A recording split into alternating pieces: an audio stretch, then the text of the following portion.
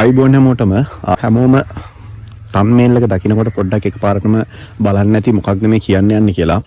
ඉතින් මම ඉල්ලීමක් කරනවා හැමෝගෙම මේක බලන සියලු දෙනාගෙම තම්මේල් එක දැකලා ඔයා කොහොමද සතරවරන් දෙවියොත් එක ගනුදෙනු කරන්නේ? සතරවරන් දෙවියෝ මොන පාටද?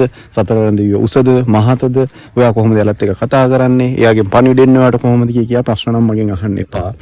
ඒක ඇත්තටම අදාළ නැති කාරණාවක්. සතරවරන් දෙවියෝ මාත් එක්ක කතා කරාද නැද්ද කියන කාරණාව නෙවෙයි ඔයාලට වැදගත් වෙන්නේ. මම මේ දෙන පණිවිඩය මොකක්ද කියන කාරණාවයි ඔයාලට ඉදිරි අනාගතයට වැදගත් වෙන්නේ. ඉතින් මේක සතරවරන් දෙවියන්ගෙන්ද, සක්‍ර දෙවියන්ගෙන්ද, යක්ෂ සෙන්පතිවරුන්ගෙන්ද, දැඩිමුණ්ඩ දෙවියන්ගෙන්ද, ගම්බාර දෙවියන්ගෙන්ද, කාලිමෑණියන්ගෙන්ද ඒ කියන කාරණාව නෙවෙයි වැදගත්. ගොඩක් අය කියනවා මට අර දෙවියන්ගෙන් මේ පණිවිඩය ආවා, මේ දෙවියන්ගෙන් මේ පණිවිඩය ආවා, විශ්ව ශක්තියෙන් මට පණිවිඩය ආවා, විශ්ව පණිවිඩයක් මේක විවිධ විදිහට යම් අය තමන්ගේ මත ඉදිරිපත් කරමින් යනවා මේ සමාජයේ විවිධ මාධ්‍යන් ඔස්සේ. මම ඔයාලට කියන්න ඕන මම ජ්‍යොතිෂවේදියෙක්වත් මම විශ්ව ශක්තියත් එක්ක ගනුදෙනු කරන කෙනෙක්වත් එහෙම නැත්නම් යන්ත්‍රමන්ත්‍ර සම්බන්ධව කටයුතු කරන කෙනෙක්වත් එහෙමත් නැත්නම් දේවාලයක් තියෙන කෙනෙක්වත් එහෙම වරම් තියෙන කෙනෙක්වත් නෙවෙයි. මම සාමාන්‍ය මේ සබාදහම කියවන්න උත්සාහ කරන චරිතයක්, සාමාන්‍ය මිනිසෙක් විදිහට. ඒ වගේම යම් තීරණ ගන්නවම මේ සබාදහමේ සිදුවන සිදුවීම් එක්ක අතීතයත් වර්තමානයත් අනාගතයට ගලපලා පරීක්ෂණ නිරීක්ෂණ නිගමන තුලින් අනාගතය මොන වගේ ආකාරයට නිර්මාණය වෙයිද කියන කාරණාව මත පදනම් කරගෙන මම යම් කරුණු මේ සමාජයට ඉදිරිපත් කරනවා. යම් කෙනෙකුට ඒක අනාවැකියක් විදිහට දකින්නත් පුළුවන්. යම් කෙනෙකුට ඒක විවිධ විදිහට දකින්න පුළුවන්. කුමන හෝ ආකාරයෙන් කමන්නේ මම මේ කියන්නේ යන පණිවිඩය තමන්ගේ බුද්ධියට ගෝචර කරගන්න උත්සාහ කරන්න, තමන්ගේ ප්‍රඥාවට ගෝචර කරගන්න උත්සාහ කරන්න. මොකද මම මීට වසරකට ඉහතදී වීඩියෝවක් කරනවා ආධ්‍යාත්මික ගුරුවරුන්ට පණිවිඩයක් කියලා. ඒකත් මේ වගේම පුංචි කාරණාවක් තමයි මම කියන්න උත්සාහ කරේ. ඒකෙදි සඳහන් වෙන්නේ 2027 නෙවෙයි 2032 නෙවෙයි අපි මේ කතා කරන ආධ්‍යාත්මික නායකයා බිහි වෙන්න ඕන. මේ මොහොතේ ඒ ආධ්‍යාත්මික නායකයා බිහි වෙන්න ඕනේ. ඒකට ඔය සියලු දෙනාගේම කැපවීම, ඒකට ඔය සියලු දෙනාගේම මැදිහත් වීම සිද්ධ කරන්න තමන් දන්න ශාස්ත්‍රය, තමන් දන්න හැකියාවන්, තමන්ගේ දැනුම් පද්ධතිය ඒ සියල්ල මේ මොහොතේ ඒ ධර්මානුකූල නායකයා බිහි කරන්න, අපිව කතා කරන දියසෙන් බිහි කරන්න, ඒ රාවණයන්ගේ උත්පත්තිය නැවත නිර්මාණය කරන්න උත්සාහ කරන්න කියලා මම මේ හැමෝගෙම ඉල්ලීමක් කරනවා. ඒ හැමෝටම මම ආරාධනා කරනවා. නමුත් රටේ අවාසනාවටද, ජාතිය අවාසනාවටද, මේ ලෝකයේ මිනිස්සුන්ගේ අවාසනාවටද මම දන්නේ නැහැ. අපිට ඒ ලැබිච්ච අවසන් අවස්ථාව අපිට මැගෑරෙනවා, අපිට බැරි වෙනවා 2024 අපිට ලැබිච්ච අන්තිම අවස්ථාවෙන් ප්‍රයෝජන ගන්න. යම් විටක ඒ 2024 අපි නිර්මාණය කරන්න උත්සාහ කරපු චරිතය ඔය අපි කතා කරන සැබෑම චරිතේ නොවෙන්න පුළුවන්. අපි කතා කරන ඔය මුළු ලෝකයේම දනගස්සන චරිතය නොවෙන්න පුළුවන්. බුදුදහම උපරිමයටම බබලන්නට සමාජ වටපිටාව හදන සබාදහමේ වටපිටාව නිර්මාණය කරන චරිතය නොවෙන්න පුළුවන්. නමුත් අපි කතා කරපු ඔය අනායක කියපු අය විවිධ මත මේ සමාජයට ඉදිරිපත් කරපු අය ඉදිරිපත් කරලා තිබුණා 2027 මහ විශාල විනාශයන් වෙනවා. 2027 ස්වාභාවික විපත් වැඩි වෙනවා.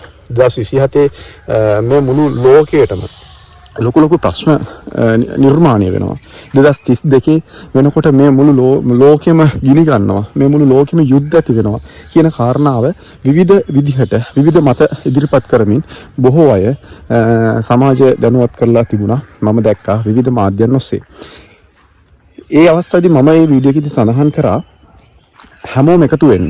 ඔය අනාගතයේ දකින අය, අනායක කියන අය, විවිධ ශාස්ත්‍රානුකූල කටයුතු කරන අය හැමෝම එකතු වෙන්න 2024 අපි ඔය කතා කරන නායකයා එහෙම නැත්නම් ඒකට සුදුස්සෙක්, ඒක ඒ නායකයා එනතුරු ඒකට නිවැරදි පාලනයක් මේ රටේ තියෙන ක්‍රමවේදය නිවැරදි කරන්න, ඒකට අවශ්‍ය වටපිටාවක් හදන්න පුළුවන් නායකයෙක් අපි ගොඩනගමුයි කියන කාරණාව මම සමාජගත කරන්න සෑහෙන උත්සාහ කරා. මොකද ඒ 2027 වෙනකොට 2028 වෙනකොට ඔය කියන විදිහට විපත් වෙනවා නම්, ඔය කියන විදිහට සුනාමි එනවා නම්, ඔය කියන විදිහට ස්වාභාවික විපත් වැඩි වෙනවා නම්, ඔය 2030 32 වෙනකොට යුද්ධ මේ ලෝකේ ඇති වෙනවා නම්, ඇත්තටම සමහරක් විට මම මේ වීඩියෝ එකේම කියනවා ඒ මියදෙන්නේ, ඒ වසංගත වලින් මියදෙන්නේ, ඒ යුද්ධ වලින් මියදෙන්නේ, ඒ විපත් වලින් මියදෙන සමහරක් විට මම වෙන්න පුළුවන්. මේ වීඩියෝ එක අහන ඔයා වෙන්න පුළුවන්. තමන්ගේ අම්මා අප්පා වෙන්න පුළුවන්. තමන්ගේ ඔඩොක්කුවේ හුස්ම ඇදලා මිය දෙන්නේ තමන්ගේ දරුවා වෙන්න පුළුවන් කියන කාරණාව මම මේ වීඩියෝ එකේ සඳහන් කරනවා. ඒක නතර කරගන්න. එහෙමත් නැත්නම් ඒ වෙන විපත් අඩුම ගානේ අවම කරගන්න. 2024 අපි ධර්මානුකූල නායකයෙක් සහ ඒකට අදාළ නායකයෝ පිරිසක් අපි ගොඩනගමු කියන කාරණාව මම සමාජගත කරන්න සෑහෙන උත්සාහ කරා. හැබැයි දේශපාලනයේ දින්න මනුෂ්‍යත්වයේ පෙරදුනා.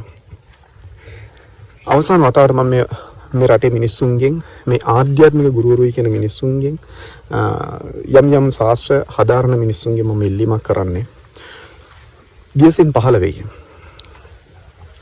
පිරිසක් බලාගෙන ඉන්නවා දියසින් 15 වෙනකම්. පිරිසක් බලාගෙන ඉන්නවා දියසින් ඉබේ ඇවිල්ලා මේ රට හදනකම්. පිරිසක් බලාගෙන ඉන්නවා ධර්මානුකූල නායකයා බිහි වෙන්න මේ රටේ ඉන්න මිනිස්සු පව්කාරයෝ ටික හේදිලා යනකම්. මම ඒ අයට කියන්නේ ඇත්තටම ඔයාලා පව්. මොකද ධර්මයේ තියෙන තැනකට මොකටද තවත් ධර්මයක් නිර්මාණය කරන්න උත්සාහ කරන්නේ? බුදුරෙක් ඉන්න යුගයක තවත් බුදුරෙක් පහළ වෙනවද? බුද්ධ ශාසනයක් තියෙන යුගයක තවත් බුද්ධ ශාසනයක් නිර්මාණය වෙනවද? පින්වන්තයෝ විතරක් ඉන්න රටකට මොකටද තවත් පින්වන්ත නායකයෙක්? ධර්මය බබලන රටකට මොකටද ධර්මානුකූල නායකයෙක්? ඔවුන් දන්නවා. ඒ ධර්මානුකූල මිනිස්සු දන්නවා නිවැරදි මාර්ගයේ යන්න. ඔවුන්ට මොකටද මඟ පෙන්වන්නේ?